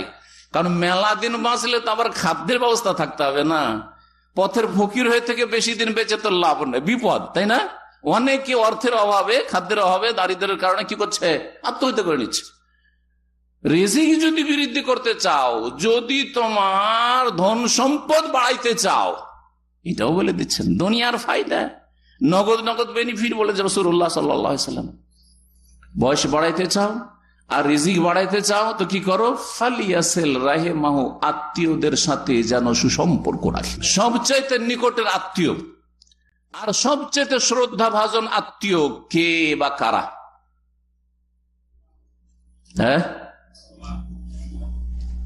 একজন বলল বাপ, আর একজন বাবা মা, মাতা পিতা, মা এবং বাপ, তাই না? আর কাছের, তারা কাছেরও এবং সবচেয়ে শ্রদ্ধা ভাজন, এই জন্য দুই ভাবে জিজ্ঞেস করেছি। আর কাছের ছেলে মেয়েরা, আর তারপরেই আপন ভাই বোনেরা, তারপরে তখন আপনার বাপের ভাই বোনেরা, জি হ্যাঁ, আপনার মায়ের ভাই বোনেরা, ইত্যাদি ইত্যাদি। এইভাবে আপনি বলবেন। বাপের কথা যখন আসলো তখন দাদা দাদি থাকে তো বাপ মায়ের জায়গা নিবে তারা, কিন্তু তাদের মর্যাদা বাপ মায়ের মতো, এটাও মনে রাখেন। নানা নানি ওই জায়গাটি নিবে, জি হ্যাঁ। ছেলে মেয়েরা যেমন হক রাখে আপনার কাছে, ঠিক তেমনি ছেলেরা যদি থাকে তাহলে তারাও ওই রকম হক রাখে আপনার কাছে। এটা ছেলের ছেলে মেয়েরা, জি হ্যাঁ, ছেলের ঘরের নাতিরা মেয়ের ঘরে হইতে পারে যদি তাদের অভাব থাকে। ফালিয়াসিল রাহিমাহু, এদের খোঁজ খবর নিচ্ছেন তো, এদের সাথে সম্পর্ক আপনার ভালো আছে তো, বাপ মা থেকে শুরু করে, ছেলে মেয়ে থেকে শুরু করে, আর ভাই বেরাদর থেকে শুরু করে, আর চাচা খালা ফুফু থেকে শুরু করে, মামা থেকে শুরু করে, এইসব। তারপরে বাকি যে বংশধর রয়েছে আপনার অথবা আপনার বাবার অথবা আপনার মায়ের, তাদের সাথে যদি সুসম্পর্ক রাখতে পারেন তো রিজিকে বরকত হবে, রিজিক আল্লাহ বাড়িয়ে দেবেন। এমন এমন জায়গা থেকে রিজিকের রাস্তা খুলবে আপনি বুঝতে পারবেন না, পরে বুঝবেন। যখন বুঝছেন তখন যদি অসৎ হন তখন হাতছাড়া হয়ে গেছে, অর্থাৎ যখন আল্লাহর আযাব নেমে এসছে, আপনার আত্মীয়দের সাথে খারাপ ব্যবহারের কারণে, বাপ মায়ের সাথে দুর্ব্যবহারের কারণে, অথবা ছেলে মেয়ের ক্ষেত্রে অবহেলার কারণে, অথবা ছোট ভাই বা বড় ভাইদের সাথে খারাপ আচরণের কারণে, জি হ্যাঁ, বংশধরের সাথে খারাপ আচরণের কারণে যখন আল্লাহর আযাব নেমে চলে এসছে, তখন আপনি তওবা করছেন, কিন্তু অলরেডি আল্লাহর আযাব চলে এসছে। সময় পার হয়ে গেছে, এখন চোর পালিয়ে বুদ্ধি বাড়ার মতো করলে হবে না, আগে থেকে সতর্ক থাকতে হবে। যারা আগে থেকে জ্ঞানী মানুষ এবং যারা সত্যিকার মুসলিম, তারা এইসব বিষয়গুলির খেয়াল রাখে। সম্মানিত ভাতৃমণ্ডলী, এই যে চারটি বিষয় সম্পর্কে বলতে গিয়ে আত্মীয়তার কথা বললাম, আর তিনটি হয়ে গেছে, তাই না? 4 নম্বর, ওয়াসাল্লু বিল্লাইল ওয়ান নাসু নিয়াম, রাতে সালাত আদায় করো যখন মানুষ ঘুমিয়ে থাকে। তাহলে কি তাহাজ্জুদের নামাজ পড়ে জান্নাত পাওয়া যাবে নাকি যদি কেউ ফজর নামাজ না পড়ে? আপনারা আজকে আমার আলোচনা শুনে যদি এরকম অসম্পূর্ণ রেখে দিয়ে আলোচনা, তো গিয়ে মনে করবেন যে তাদখুলুল জান্নাত সালাম মুখস্থ করে সহি সালাম ও জান্নাত যেতে চাও তো তাহাজ্জুদ পড়ো। কথা ঠিক কিনা? তাহাজ্জুদ পড়বেন, পড়ে শুয়ে যাবেন, ফজরের সময় শুয়ে থাকলেন, সূর্য উঠে গেল, জান্নাত পাবেন নাকি? পাবেন না, না? আচ্ছা, তাহলে কি করতে হবে? হাদিসে যা আছে যে রাতে যখন মানুষ ঘুমিয়ে থাকে তখন তুমি নামাজ পড়ো, সহি সালাম ও জান্নাতে চলে যাবে। ভালো করে শুনেন। আর এতে কোন সমস্যার সমাধান দেওয়া হয়েছে এটা তো বলা হয়নি। এতে কোন সমস্যার সমাধান দেওয়া হয়েছে? যে কোনো মানুষের তার রবের সাথে যদি সম্পর্ক ভালো থাকে, তার ব্যক্তি জীবন সুন্দর হবে, ব্যক্তি জীবন সুন্দর হবে। আর যদি রবের সাথে, আল্লাহ রাব্বুল আলামিনের সাথে সম্পর্ক ভালো না থাকে, ব্যক্তি হিসাবে সে ভালো মানুষ নয়, কখনো নয়। ভালো করে শুনে রাখেন। ওয়াসাল্লু বিল্লাইলি, রাতে নামাজ পড়ো তাহাজ্জুদের যখন মানুষ ঘুমিয়ে থাকে। এর মাধ্যমে তোমার মালিকের সাথে, তোমার সৃষ্টিকর্তার সাথে, তোমার আল্লাহর সাথে, তোমার মাবুদের সাথে সম্পর্ক শক্তিশালী হবে। এর মাধ্যমে ব্যক্তি জীবনে কল্যাণ নেমে আসবে।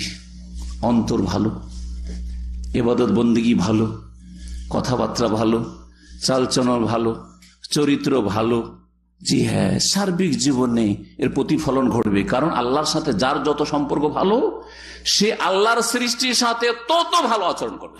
ভালো করে শুনে রাখেন, যার যত বেশি সম্পর্ক আল্লাহর সাথে ভালো, সে তত বেশি আল্লাহর মাখলুক মানুষের সাথে অথবা পশু পাখির সাথে কি করবে? ভালো আচরণ করবে। ভালো করে শুনে রাখেন। এর মাধ্যমে ওয়াসাল্লু বিল্লাইল ওয়ান নাসু নিয়াম বলে ব্যক্তি জীবনের যে সব সমস্যা থাকে, সেসব সমস্যার সমাধান রাসূলুল্লাহ সাল্লাল্লাহু আলাইহি সাল্লাম এই ভাষণে বলে দিয়েছেন। এই 4টি ক্ষেত্রে যদি আমরা উন্নয়ন নিয়ে আসতে পারি, তাহলে জানবেন যে এটাই হচ্ছে আসল উন্নয়ন। যেই উন্নয়নের কথা ইলেকশনের সময় সবাই বলে, আর কতটা আপনাদের উন্নয়ন হয়, আর কোন ক্ষেত্রের উন্নয়ন হয়, দেশের মানুষের কি অভাব দূর হয়েছে, দারিদ্র মোচন হয়েছে, আর সমাজের সম্পর্ক কি এইসব ইলেকশন আর এইসব ইলেকশনে যে লড়াই, ভোটাভুটির আর মারামারিতে সমাজের সম্পর্ক ভালো না সমাজের সম্পর্ক এত খারাপ যে কেউ কাউকে দেখতে চায় না। পারিবারিক সম্পর্কের অবস্থা দেখেন।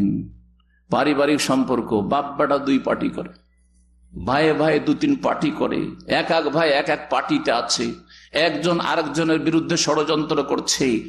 বরং নিজের, আমার ডিস্ট্রিক্টের কথা বলছি, আমাদের ডিস্ট্রিক্টে একসময় আজকে থেকে 30 বছর আগে, জি হ্যাঁ, নিজের ভগ্নিপতিকে নিজে খুন করেছে। যেই সময় খুন করে এই অসৎ ব্যক্তি, এক পার্টিতে ভগ্নিপতি নেতা, আর এক পার্টিতে হচ্ছে তার শ্যালক, তার আপন মায়ের পেটের বোন স্বামীর ওপরে পড়ে গেছে উপুড় হয়ে, যে আমার স্বামীকে মেরে, ভাই আমাকে তুমি বিধবা করিও না, ভাই রে আমাকে বিধবা করিও না, ভাই বিধবা করিও না, আমার স্বামীকে মারিও না। সেই সময় বললুম, বুঝেন, হ্যাঁ বললুম একেবারে মাথার মধ্যে ঢুকিয়ে দিয়ে এপার থেকে ওপার ফুটিয়ে দিয়েছিল। সেটা কোনো হিন্দু করেনি, যাদের গণতন্ত্রে বিশ্বাসী হওয়া উচিত। সেটা কোনো খ্রিস্টান করেনি, সেটা কোনো ইহুদি করেননি। মুসলিমের সন্তান মুসলিমকে এভাবে খুন করেছে। মোহাম্মদ রাসূলুল্লাহ সাল্লাল্লাহু আলাইহি ওয়াসাল্লাম বলেছেন, ইজাল তাকাল মুসলিমান বিসাইফিহিমা, সহিহ বুখারীর হাদিস। দুই মুসলিম যদি সামনাসামনি হয় আর দুজনের হাতে অস্ত্র থাকে, ধারালো অস্ত্র, যে অস্ত্র দিয়ে মানুষকে খুন করা যেতে পারে, এরকম অস্ত্র নিয়ে যদি মুখোমুখি হয়, লড়াই লিপ্ত হয়, ফাল কাতিল ওয়াল মাকতুল ফিন্নার, একজন নিহত হইল, মারা গেল আর একজনের হাতে, যে খুন করলো আর যে খুন হইলো উভয়ে জাহান্নামে যাবে। সাহাবীরা অবাক হয়ে গেলেন রাসূলুল্লাহ সাল্লাল্লাহু আলাইহি ওয়াসাল্লামের এই কথা শুনে, আর বললেন, ইয়া রাসূলুল্লাহ, হাযাল কাতিল, খুনি তো না হয় জানলাম, খুনি খুন করেছে, জাহান্নামে যাবে, ওর কঠোর শাস্তি।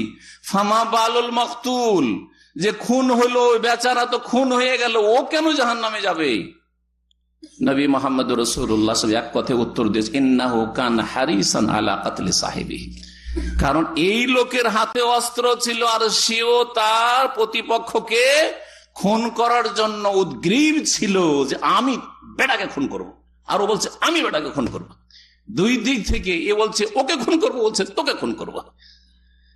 খুন করতে পারেনি, কিন্তু পারলে সেও খুন করে ফেলতো, সুতরাং সেও খুনি, সেও কাতেল, হত্যাকারী, আর যে হত্যাকারী সেও হত্যাকারী, সুতরাং উভয়ে জাহান্নামে যাবে। প্রিয় মুহাম্মদ রাসূলুল্লাহ সাল্লাল্লাহু আলাইহি ওয়াসাল্লাম বলেছেন, সুতরাং এইসব ইলেকশন আপনাদের মাথার ব্যথা নয়, এই গণতন্ত্র আপনাদের মাথার ব্যথা নয়, আপনাদের মাথার ব্যথা হইতে হবে জান্নাত।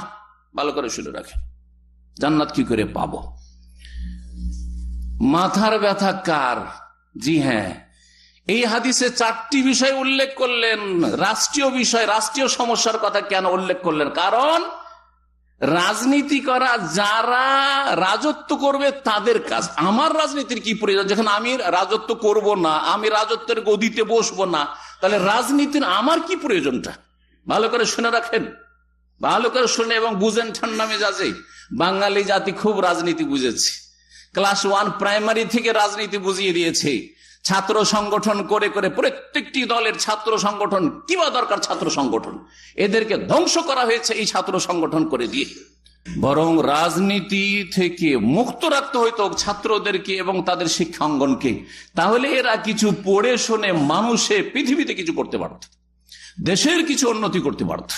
সম্মানিত ভাতৃমণ্ডলী, এদেরকে এদের আবেগ নিয়ে খেলা করা হচ্ছে, স্কুল কলেজ ইউনিভার্সিটির যুবক যুবতীদের আবেগ নিয়ে খেলা করা হচ্ছে, এদেরকে দিয়ে মারানো হচ্ছে, আর এরা মার খাচ্ছে না মারছে, আর ওইদিকে আমোদ ফুর্তি করছে যাদের আমোদ ফুর্তি করার। এই দলই আসুক আর সেই দলই আসুক, আমোদ ফুর্তি করবে ও মুসলিম কিছু লোকেরা যারা অলরেডি তৈরি হয়ে আছে, যে এক দল গেলে আর এক দল আসবে, অমুক গেলে অমুক বসবে। সুতরাং আপনার কি স্বার্থ, আমার কি স্বার্থ যে আমি কোন মুসলিম ভাইকে মারতে যাব, মুসলিম ভাইয়ের ঘরবাড়ি জ্বালাতে যাব, মুসলিম ভাইয়ের ক্ষতি করতে যাব, আর আমারই কেন কেউ ক্ষতি করতে যাবে? সুতরাং আপনি আলাইকা বিনাফসিক, নিজের চরকায় তেল দেন। আলাইকুম আনফুসাকুম, নিজের চরকায় নিজে তেল দাও। আর ভুল ইসলামের ব্যাখ্যা করা হচ্ছে, এই সময়ে যদি আমরা গণতন্ত্রকে যদি জীবিত না রাখি, তাহলে আমাদের স্বাধীনতা কেড়ে না হবে। আর কি হবে না হবে সেগুলো তোমরা করো, জনগণকে বাদ দাও, জনগণকে বাদ দাও। তোমরা করো যারা গদির, তোমরা খুব ভোগ বিলাস করবে। কেউ খাচ্ছে ভোগ বিলাস করে 5 বছর অনেক কিছু খেয়ে কোটিপতি হয়ে গেছে, তোমরাও কিছু হবে আর অনেক কিছু হয়ে গেছো। তোমরা মারামারি করো, জনগণকে ছেড়ে দাও। আল্লাহ যারা বুঝার তৌফিক দান করেন এবং দেশের জনগণকে যেন বুঝার তৌফিক দান করেন, এবং নিজের জন্য যেটা উপকারী ইহকাল পরকালের ক্ষেত্রে সেটা করার তৌফিক দান করেন। একটি কথা না বললে অসম্পূর্ণ থাকে। বলছিলাম যে আজকের আলোচনা শুরু শুনে যদি কেউ তাহাজ্জুদ পড়ে আর 5 ওয়াক্ত নামাজ না পড়ে তো জান্নাত পেয়ে যাবে নাকি? তাহলে এই হাদিসে 5 ওয়াক্ত নামাজের কথাও আছে, শুধু তাই নাই, তৌহিদের কথা আছে, শিরক মুক্ত হইতে হবে এটাও আছে। কেমন করে আছে এই কথাটি 2-4 মিনিটে বলে দিই। যখন রাসূলুল্লাহ সাল্লাল্লাহু আলাইহি সাল্লাম বলছেন যে রাতে তোমরা নামাজ পড়ো যখন মানুষ ঘুমিয়ে থাকে, এই নামাজটি কোন নামাজ? ফরজ না সুন্নাত? সুন্নাত নফল, সুন্নাত নামাজ। তাহাজ্জুদের নামাজ হচ্ছে তাহাজ্জুদের সালাত সুন্নত সালাত, এই সুন্নত সালাত যখন পড়ার জন্য উৎসাহিত করলেন, তাকিদ করলেন রাসূলুল্লাহ সাল্লাল্লাহু আলাইহি সাল্লাম, এতেই যদি তাকিদ করেন তাহলে ফরজের গুরুত্ব এত বেশি যে সেটা আলোচনার প্রয়োজন করে না। কারণ একজন মুসলিম আগে ফরজ সালাত করবে, তারপরে তখন তার এই তাহাজ্জুদের ওভারটাইম করবে। যদি আপনাকে এখন আপনার ম্যানেজার টেলিফোন করে বা আপনার কোন ব্যক্তি সুপারভাইজার সে টেলিফোন করে কোম্পানি আর বলে যে তোমাকে কালকে থেকে 4 ঘন্টা ওভারটাইম করতে হবে, তার মানে কি আপনি বুঝবেন? আর ওভারটাইম ঘন্টায় পার ঘন্টায় এত দেওয়া হবে, তাহলে কি বুঝবেন যে ওই 4 ঘন্টা করলেই চলবে, না আমার 8 ঘন্টা ডিউটি করে বাকি 4 ঘন্টা, কোনটা বুঝবেন? আগামী কালকে যদি 4 ঘন্টা শুধু ওভারটাইম করার জন্য বিকেল বেলা যান, সবার ডিউটি শেষ, তখন ওভারটাইম করতে গেছেন, তো আপনাকে রাখবে? তো ওই রকমই বুঝে নিতে হবে যে রাসূলুল্লাহ সাল্লাল্লাহু আলাইহি ওয়াসাল্লাম যখন ওভারটাইমের কথা বলছেন, যে রাত্রে তাহাজ্জুদ হচ্ছে তোমার ওভারটাইম সহি সালামত জান্নাতে যাওয়ার জন্য, তাহলে তোমার কম্পালসারি ডিউটি যে 5 ওয়াক্ত সালাত, 5 সালাওয়াতিন, সেটা করতেই হবে। কথা বোঝা গেছে কিনা? সেটা মাফরুগুন মিনহু, সেটা থেকে অলরেডি ফারেক। মুসলিম মানে বেনামাজি হয় না, মুসলিম মানে আধা নামাজি হয় না, বেনামাজি হয় না, সাহাবীরা কেউ জানতেন না। আজকের বালা মুসিবত, যার ফলে এত আযাব আর বালা মুসিবত, যে মুসলিম ঢালাহারে বেনামাজি, কিন্তু মুসলিম আধা নামাজি হবে, বেনামাজি হবে। মুনাফিক পর্যন্ত নামাজ পড়তো না বিশেষ মানে, লুকিয়ে লুকিয়ে মসজিদ আসতো না, আর লুকাইতো রাতের অন্ধকারে, ওরা লুকাইতো, কিন্তু এমনিতে তারা নামাজ পড়তে আসতো। মুসলিমদের সামনে তারা বেনামাজি ছিল না। বড় বড় মুনাফিক, আব্দুল্লাহ ইবনে উবাই মুনাফিকও মসজিদে হাজির হইতো, নামাজ পড়তো। যখন দেখতো রাতে কেউ জানতে পারবে না আমি আসলাম কি আসলাম না, তখন শুধু গায়েব হয়ে যেত, বাকি নামাজ পড়তো। তাহলে চিন্তা করেন যে মুনাফিক চাইতো নিকৃষ্ট আপনি বেনামাজি। আপনি ফজরের নামাজে যান না, আপনি এশার নামাজে যান না, আপনি আসর নামাজে ঘুমিয়ে থাকেন আপনি, তাহলে আপনি মুনাফিক চাইতো নিকৃষ্ট। আল্লাহ যেন বুঝার তৌফিক দান করেন। আচ্ছা, বললাম যে এতে তৌহিদও আছে, কারণ তৌহিদ যদি না থাকে, 5 ওয়াক্ত নামাজও পড়ছেন মাশাআল্লাহ, আর তাহাজ্জুদও পড়ছেন, আর দাঁড়িয়েও মাশাআল্লাহ, আর একেবারে ইসলামিক পোশাক আমাদের দেশি ভাষায়, কিন্তু মাজারে সেজদাকারী। হ্যাঁ, পীর সম্পর্কে ধারণা, যা পীরেরা কি করতে পারে, অসাধারণ ক্ষমতা রাখে। পীর ডুবা জাহাজ রক্ষা করে, পীর আরো কি করে, বহু এরকম কাজ করে। এত যখন পীরেরা ক্ষমতায় রাখে, তো জনগণের আবার ভোট ভিক্ষা করার দরকারটা কি? কেরামতির মাধ্যমে ক্ষমতা দখল করে নেবে, কেরামতের মাধ্যমে যাদেরকে রাখতে চায় না তাদেরকে বঙ্গোপসাগরে ডুবিয়ে দেবে, আর তারা পার্লামেন্ট দখল করে নিবে। কথা বুঝে আসে না? ওখানে কেরামতি চলে না নাকি? তখন ভোটারের কেরামতি চলছে। এই কয়েকদিন যে ভোটের আগে পর্যন্ত আপনার কেরামতি চলবে, কারণ ভোটার লিস্টে আপনার নাম আছে, যে একটা ভোট যদি দিয়ে দেন তো পাশ করার আশা আছে। কথা বুঝতে পেরেছেন? এখন আপনাদের কিছুদিন কেরামতি চলুক, পাশ করে নিলে তখন পীর সাহেবের কেরামতি চলবে। বুঝতে পেরেছেন? জি, আল্লাহ যেন বুঝার তৌফিক দান করেন। এতই যদি অসাধারণ ক্ষমতার মালিক হইতো ওলি আউলিয়া, আর তারাই যদি ওলি আউলিয়া হইতো, আর ওলি আউলিয়া মানে যদি এত অসাধারণ ক্ষমতা রাখে আর কেরামতির ছড়াছড়ি থাকে, তাহলে ভোট চাওয়ার দরকার নেই। হ্যাঁ, কুম্ভে ইজনে বলে যদি মরা মানুষকে জিন্দা করে দিতে পারে, আউযুবিল্লাহ মিনাশ শাইতানির, আছে না নেই? কোন কিতাবে আছে জানা আছে? ভেদে মারেফাত ইয়াদে খোতা, ফজলুল করিম সাহেবের সবচেয়ে বড় হাক্কানি কিতাবে। কথা বোঝা গেছে? আমার হুকুমে জিন্দা হও, জীবিত হও, মরা মানুষকে যদি জীবিত করে দিতে পারে, তাহলে মানুষের ভোটটা নিতে পারবে না, বা পার্লামেন্টও দখল করতে পারবে না। হ্যাঁ, এই যে যারা আছে আর রাখতে চাই না, তাদেরকে তাড়াইতে পারবে না। গেল কোথায় সব ক্ষমতা? আল্লাহ যেন বোঝার তৌফিক দান করেন। কথা একটি বাকি আছে, সে দিয়ে যায়, সেটা হচ্ছে তৌহিদ যদি না থাকে তো তাহাজ্জুদ দিয়ে জান্নাত পাওয়া যাবে? যেমন ফরজ নামাজ ছাড়া তাহাজ্জুদ দিয়ে জান্নাত পাওয়া যাবে না, তেমনি যদি তৌহিদের জায়গায় কবর, মাজার পূজার, পীর ধরা এইসব থাকে, তাহলে নামাজ ফরজ দিয়েও জান্নাত পাওয়া। এটা আবার এই হাদিসে কেমন করে আছে? এই জন্য আছে যে এই যে তাহাজ্জুদের নামাজটা পড়বেন তার জন্য কিছু শর্ত আছে না নেই? কি শর্ত আছে? উজু করা লাগবে। বিনা উজুতে কেউ যদি সারা রাত তাহাজ্জুদ পড়ে কবুল হবে? উজুটা কি? পবিত্রতা, তাই না? উজুটা হচ্ছে পবিত্রতা। কিসের? শরীরের না অন্তরের? শরীরের পবিত্রতা হচ্ছে ওযু আর গোসল। শরীরের পবিত্রতা হচ্ছে ওযু আর গোসল। তাহলে ওযু আর গোসল যেটা শরীরের পবিত্রতা, সেটা না থাকলে যদি তাহাজ্জুদ কবুল না হয়, 5 ওয়াক্ত নামাজ কবুল না হয়। অন্তরের পবিত্রতা হচ্ছে তাওহীদ। অন্তরের সবচেয়ে বড় নাপাকি হচ্ছে শিরক, দুর্গা পূজা, দরগা পূজা, পীর পূজা, ব্যক্তি পূজা। সুতরাং শিরক মুক্ত যদি না হইতে পারেন, যেমন শরীর থেকে ময়লা আবর্জনা যদি দূর না করেন, ফরজ গোসল না করেন, উযু না থাকে নামাজ হবে না, কাপড় নাপাক থাকে নামাজ হবে না, তার চাইতে বেশি গুরুত্বপূর্ণ অন্তরে যদি কবর মাজার ঢুকে থাকে, গস কুতুব আটরসি ভান্ডারি ঢুকে থাকে, হ্যাঁ এসব ঢুকে থাকে, অথবা হক্কানি নাম হক্কানি পীর ঢুকে থাকে, নামাজ কবুল হবে না। লা ইয়াকবালুল্লাহু সারফান ওয়ালা আদলা। না ফরজ কবুল হবে না নফল কবুল। ভালো করে শুনে রাখেন। আল্লাহ যেন তৌহিদ ঠিক করার তৌফিক দান করেন। আল্লাহ সার্বিক জীবনে শিরক মুক্ত হওয়ার যেন তৌফিক দান করেন। সুন্নতের অনুসারী হওয়ার তৌফিক দান করেন। বিদআত মুক্ত হওয়ার তৌফিক দান করেন। আল্লাহ রাব্বুল আলামিনের কাছে দোয়া করি, আল্লাহ রাব্বুল আমাদেরকে যেন সার্বিক জীবনে উন্নতি দান করেন, ফিতনা ফাসাদ থেকে আল্লাহ হেফাজতে রাখেন। আল্লাহ আমরা যেন কারো ক্ষতি না করি, আমাদের ক্ষতি অনিষ্ট থেকে অন্যদেরকে বাঁচিয়ে রাখো, আর অন্যের অনিষ্ট ক্ষতি থেকে আমাদেরকে আমাদের পরিবারকে বাঁচিয়ে রাখো। আল্লাহ তুমি বাংলাদেশের হেফাজত করো। আল্লাহ তুমি আমাদের মুসলিমদের যে যেখানে মুসলিম রয়েছে তাদের হেফাজত করো। আল্লাহ রাব্বুল আলামিন মুসলিমদেরকে তাদের আসল জীবনের লক্ষ্য উদ্দেশ্য বোঝার তৌফিক দান করো। জান্নাতে যাওয়া হচ্ছে লক্ষ্য উদ্দেশ্য, জান্নাতে যাওয়ার জন্য কাজ যেভাবে রাসূলুল্লাহ করেছেন করতে হবে সেইভাবে করার তৌফিক দান করো। আল্লাহ রাব্বুল আমাদেরকে ফরজ নফলের হেফাজতের তৌফিক দান করেন, হারাম নাজায়েজ থেকে বেঁচে থাকার তৌফিক দান করেন। আল্লাহ রাব্বুল সার্বিক জীবনে আমাদের যেন উন্নতি দান করেন, আর সমস্ত রকমের অবনতি থেকে, দুর্গতি থেকে আর ফিতনা ফাসাদ থেকে আল্লাহ যেন বাঁচিয়ে রাখেন। রব্বানা আতিনা ফিদ দুনিয়া হাসানাহ ওয়া ফিল আখিরাতি হাসানাহ ওয়া কিনা আযাবান নার। রব্বানা যালামনা আনফুসানা ওয়া ইল্লাম তাগফির লানা ওয়া তারহামনা লানাকুনান্না মিনাল খাসিরিন। সুবহানা রাব্বিকা রাব্বিল ইজ্জাতি আম্মা ইয়াসিফুন ওয়া সালামুন আলাল মুরসালিন ওয়াল হামদুলিল্লাহি রাব্বিল আলামিন।